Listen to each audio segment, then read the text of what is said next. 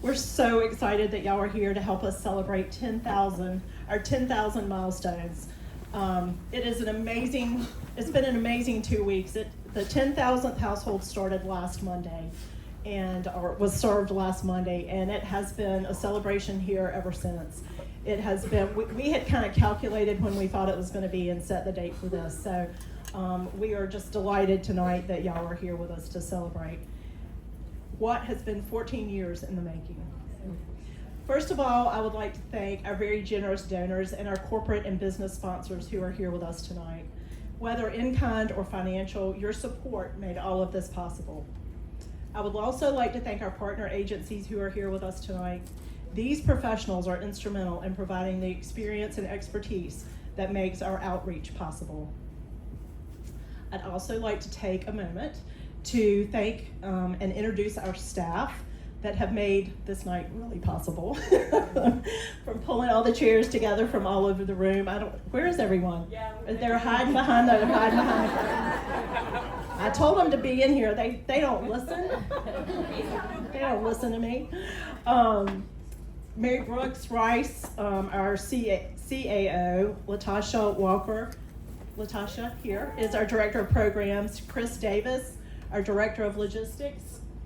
Margot Huffines, our Charity Manager. I don't know. She's at the front. Jordan Reef, our newly married employee. Catherine Whitley, Robin Madison, and Joseph Clark. They have really pulled out this event tonight and helped us pull this all together. So I'm grateful to them every day. A heartfelt thank you to our volunteers who are here tonight. Some of you have been with us since 2010. Your passion and your dedication to deliver the essentials of home to our families keep this well-oiled machine running smoothly. To our board members who are here tonight, I say thank you for your support. Vicki Serrani, our board chair, Astra Ball, Charles Royal, Ruth Thurman Scott, Mandy Strickland, Carrie Gray, Emily Wilson, Sue Harberberger. Did I miss anybody? Thank y'all for showing up. You always do and support us. Thank you for ensuring that we also have the resources needed to fulfill our mission. And last but certainly not least, we'd like to thank you, Jackie Craig and Beth. I think Beth had to scoot out. For without them, without their vision and their hard work and their dedication, none of this would be possible. Tonight, we have even two bigger stars with us, and I'm eager for you to hear their stories. First, let me introduce to you Lorena McDowell, Director of the Department of Housing Affordability and Community Revitalization for Wake County. Lorena has been a champion for the unhoused for over 2 decades and is a longtime supporter of the Green Chair. Her life's work is ensuring that families across the nation have safe, affordable places to call home. She has driven significant change, including revamping Atlanta's homelessness response system, running the largest men's shelter in North Carolina, and establishing permanent supportive housing vouchers and veteran services. Most dear to our hearts, she was instrumental in helping secure multi-million-dollar annual investments in affordable housing development in Wake County. Through her creation of the Wake County Bridge to Home program, the Green Chair Project has received to date $1.5 million to provide 663 families with the essentials of home. Please help me welcome Lorena as she shares her story with us.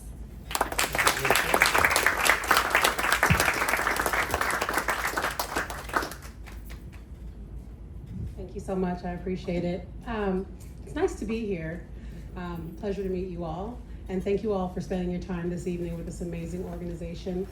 I do have a story, and I'll tell it a little bit since it's brought up. So I'm a person with lived experience.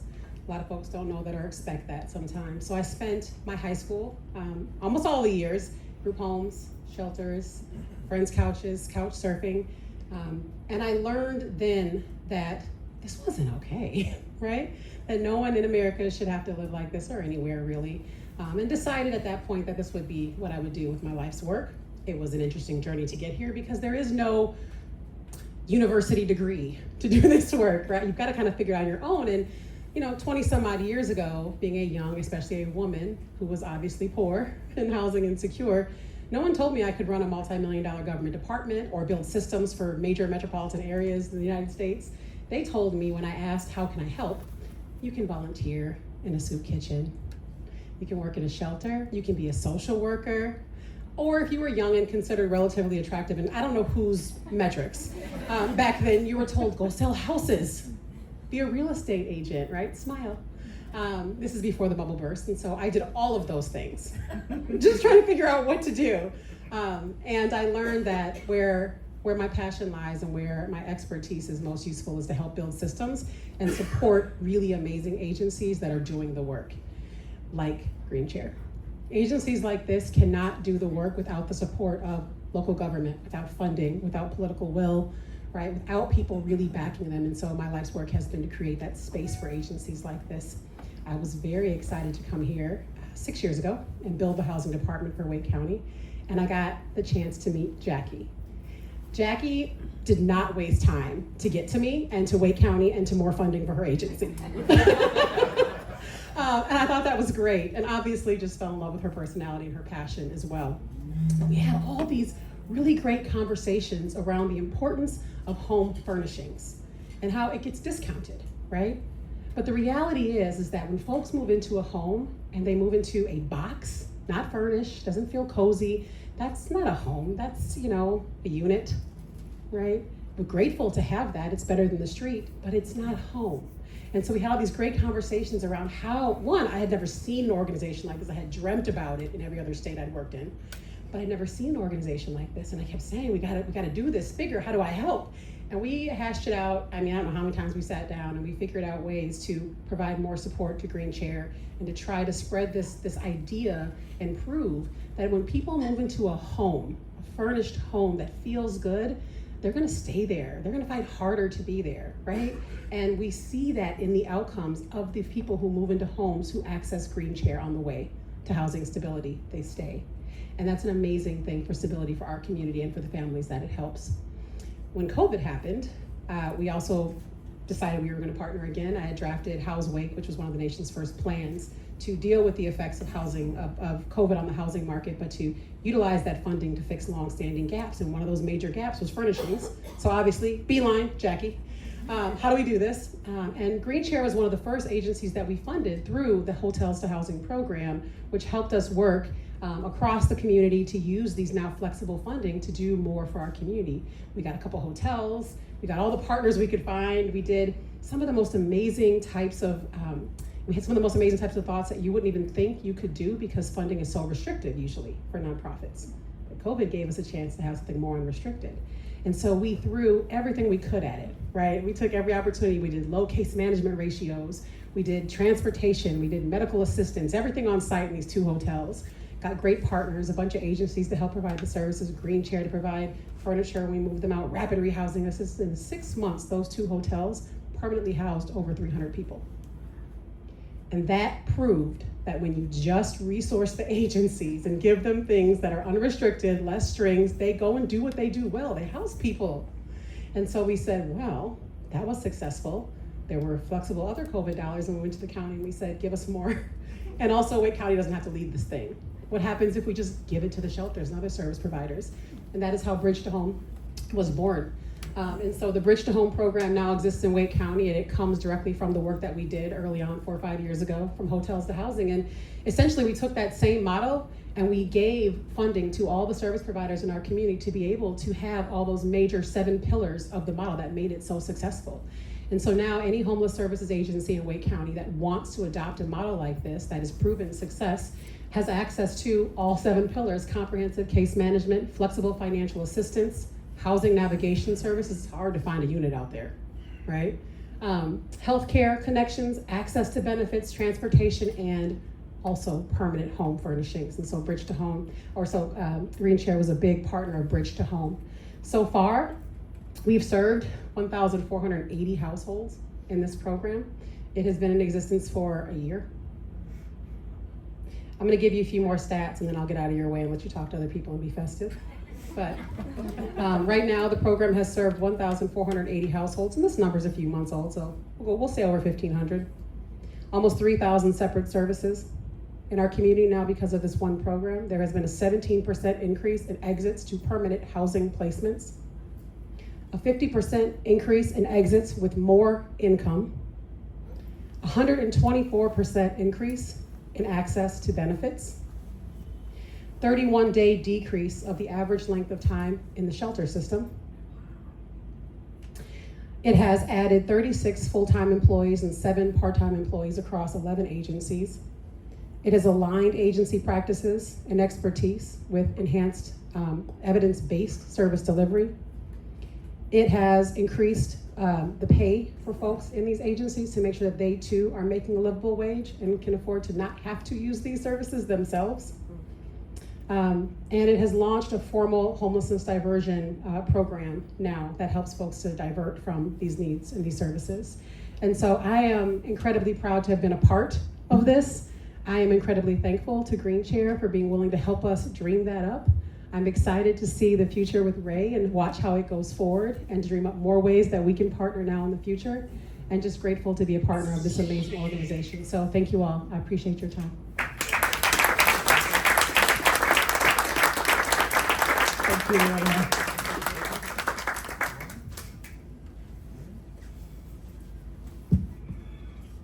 As you can tell, Lorena will always be forever a Green Chair hero for us. The reason the Green Chair exists is because we believe that everyone deserves to live in a well-equipped home. We know that lives can be changed when we support families and individuals by creating nurturing spaces. Tonight, I have the privilege of introducing Elliot Palmer Jr. Elliot is a professional in peer support with the knowledge and skills necessary to help individuals who struggle with substance use disorders and other mental health experiences. He is certified in peer support by the state of North Carolina and is the recovery manager of advocacy and education for youth and adults at RCNC, Recovery Communities of North Carolina. Elliot is the founder and lead facilitator of Answer, a new start while empowering recovery, which provides wellness recovery action plan training. He has trained hundreds of individuals in peer support and has been instrumental in promoting wellness and education. Elliot is a proud graduate, like me, from UNC Chapel Hill. Additionally, Elliot is also a former Green Chair client. He's here tonight to share his story with all of you. Please welcome Elliot Palmer.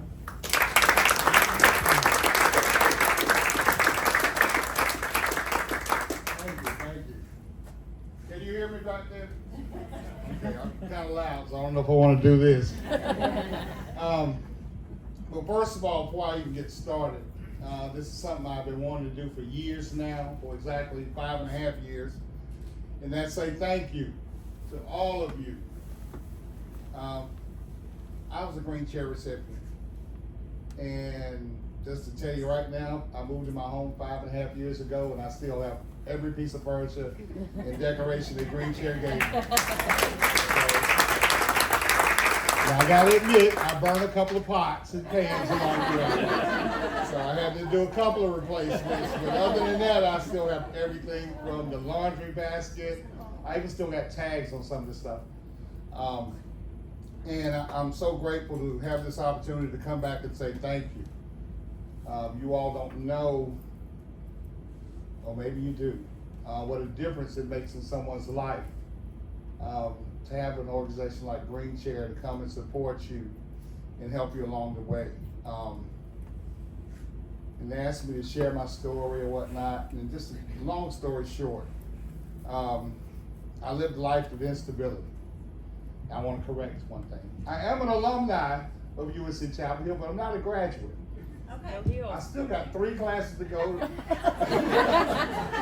Yeah, and my life has been so chaotic and so unstable due to substance use, due to health issues, due to all of that life that brings about, that instability, that legal issues, whatnot.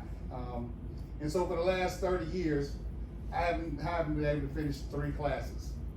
And I'm still on the D's list. You know what I'm saying? Yeah, I mean, that gives you a picture of my life. I was in the same class with Michael Jordan. So I came through Carolina in the great days. But get back to Green Chair and the difference it's made in my life. always had places, you know, through being unstable. I always stayed at your house or lived in hotels or slept on bus stops, slept in abandoned cars, abandoned houses. Well, technically they weren't abandoned because I was there, but places other people chose not to inhabit. And whenever I did get a place, I wasn't sure how long I was going to be there. And if I did, you know, that was exactly what I did. I got a place. As Lorraine was talking about, you know, having a furnished home. I don't know if any of you all can remember the days when you got your first place. Well, I got my first place for a few years. But you get your first place, and anybody remember the big trunks you used to have that you would have clothes and stuff in? So I would get a place and, you know, go somewhere to Goodwill and get a couch to go in that place. And then the trunk that I had my clothes in, that would become the dining room table, or you know, that would become the coffee table. And then I would sit there, you know, if you want to get fancy, you take a sheet or something and put over it. If I got a lady coming over for dinner or something, I put a sheet over there. Oh, so you all know what I'm talking about. Okay, and then I had those end tables, you know, the milk crates. And those end tables, that's where you put your lamp on, or put your speakers from your stereo, you go on those. And then if you want to make a bookshelf, you sit them sideways, throw the books. And that's how my life was. I'm talking up until 50 years old. I'm 51 now, but yeah. And just to show you how unstable my life was.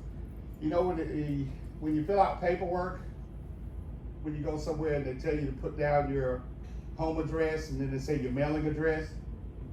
So my home address would always be wherever I was staying for the moment.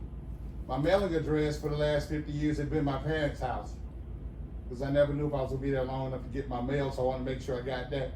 So for 50 years, my parents' house was my mailing address. And people, you know, people doubted me. I wasn't able to go forward. I wasn't able to pursue my dreams. I'm too busy trying to pursue somewhere to stay that night. And then all of a sudden, I found recovery. I'm a person in long-term recovery. And what that means to me today is that for once in my life, I'm a benefit to myself, my family, my friends, and my community. And I haven't found a reason to use a drink or drug in 11 years. And so my slogan, I don't know, is with recovery, anything is possible. So once I got into recovery, I was able to meet people like yourselves that were interested in helping others that wanted to help themselves. I was able to connect with one of Green Chair's partners. I was able to connect with Habitat for Humanity. From Habitat, I was involved. I was also connected with Oxford House and other agencies. And in me trying to achieve my wellness, me doing something different things started happening to me. Next thing you know, I became a homeowner, okay, through Habitat for Humanity. So I got the place, right? But I didn't want to come in there with that damn chest and no milk crates. So I was like, okay, I got enough to buy a house, but I don't have anything left over, so what do I do now? Then I was introduced to Green Chair. And I was like, okay, cool, let's go with this. I'm thinking discount furniture. But when I came over and the Green Chair staff showed me around the showroom, they had me go around and I was just nervous, y'all. You know, I'm picking out furniture and saying, well, what color would you like? Hell, I don't know. Would you like this picture here, or would you like this flower arrangement? I don't know. You know, but it's just the staff understood. And they helped me say, we got you, Elliot, sit down, we got you. And they went around and picked everything out, so I was excited about that. And then that first night I was in my home, it was me, did I have a box spring yet? I think I just had a mattress at that point. And I had a little lamp that I plugged up in the corner. Nothing was there yet. So I spent that night in my home. And, I spent that night in my house. Because at that point, that's what it was, a house. Okay, I had a mattress in there and I had a lamp. And hopefully, you know, got a honey boo boo's gonna come over. You know, It's Chris in the house. Yeah. I'm just telling the truth, y'all. And so then the next day, all of a sudden this truck pulled up. These guys pulled up, and we're from Green Chair. It's like, okay. So I said, let me just get out of the way because I had to go to work. And so I went to work, and I came back, and wow. I walked in, there's a couch, there's a dining room table, there were end tables, there were lamps, there were photographs, there were dishes, there was silverware. I even had a microwave, you know? Yeah, I mean, you're out on the street, you don't carry around a microwave. You know, I would sneak in the gas station and use theirs. Now I've got a microwave. You know, then I sat down and I looked around my home that first night. And that's when it became a home. Because I looked around and I saw, you know, I saw the dressers, I saw the end tables, I saw the lamps, I saw, they got a dining room table with matching chairs, you know, and a runner going across the table. Yeah, that's what Green Chair does. They don't just give you a furniture, but they create a home. They had a runner going across my dining room table with a little lamp in the middle and the placemats. I'm like, wow, I can invite my parents over, you know? I sat on the couch and there's a area rug in the floor. You know, I looked over on the end table with the lamp, and there were a couple of owl figurines. I'm like, damn, I got stuff. Because you go visit people's homes and you see all this stuff in their homes, like, where did all this stuff come from? Little knickknacks. But with Green Chair, they provided all of that. So I had a chance to sit back and realize I'm home. And I started crying that first night. You know, I got a home. I got little pictures and stuff to put up in the bathroom. You know, they gave me shower curtains with the plastic on the inside and the shower curtain part. Yeah. You know what I'm saying? Not just a curtain. Yeah, but I had I forgot, I don't even know what you call it, but A liner. a liner, there you go. But Green Chair pays attention to all those little details because that's what makes a house a home. You know, soap dish. And I don't know if y'all realize little things like that make the biggest difference. And since then, since having a home, you know, I'm able to do other things in my life because I feel secure. So as you saw my bio there, recovery support, anything is possible. Now, I work with agencies across the United States, helping those with mental health disorders, those with substance use disorders, helping them to recapture their lives and reach their goals. I train people to become what's called certified peer support specialists, to work with others with mental health and substance use issues. And they take my class so that they can go get a job.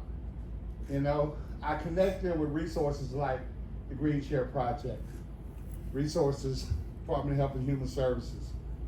You know, I connect them with all the, I'm laughing because I was talking to this young lady. She told me she was the founder of the North Carolina Institute for Nonprofits. I got connected with them and they taught me how to run my own nonprofit or be a director of a nonprofit. And guess what? I didn't put it up there, but I have a nonprofit now called Share Hope Incorporated, where I provide services to underserved, underfinanced individuals. So thank you. Okay. And this is just, my daughter has a place called home. I got an office in my house, you know? Yeah. And I just want to take a moment, say thank you to all of you. You don't realize what a big difference you're making in people's lives. The difference you made in my life, I now have trained over 3,000 individuals how to help others. So at least for me, we've helped 3,000 other individuals. And with that, I'm gonna say thank you and be quiet.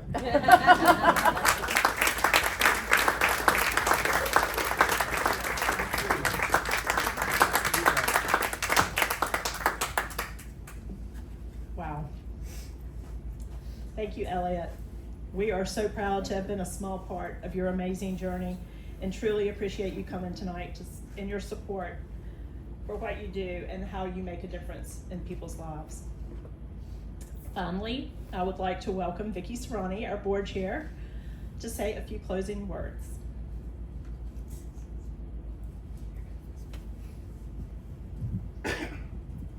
Wow, that's a hard act to follow. As I look around this room, I just have to say, Lorena, what you do for our community is just amazing. And a huge thank you for each and every day that you put in tireless effort to help. Elliot, your story, you can't top it. You both represent the best of our community. So thank you for all of your giving back. And as we look around this room, every single person here has had some sort of an impact on the Green Chair Project. We were talking earlier, I think it might be 10,000 people. We never calculated that, but the number of people that have supported this organization, one person could have not done it. So congratulations to each and every one of you for the small part that you've played. And I have to say, I think I'm off script. Oh, she even blew it up. She even blew it up. Okay, I remember, I studied. So everybody has somewhere around you hiding is a green chair. And I think this is a great photo op, honestly. I think that's the strategy. So find your green chair. Find your green chair. And the cameras are coming out, so I'm gonna give you some time, make it good.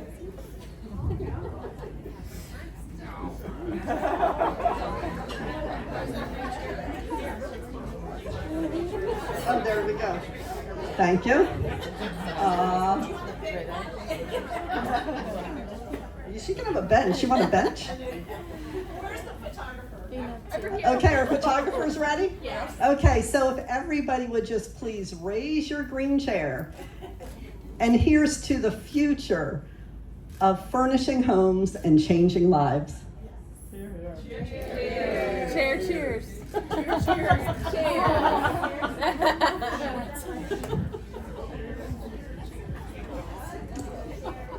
So, thank you all.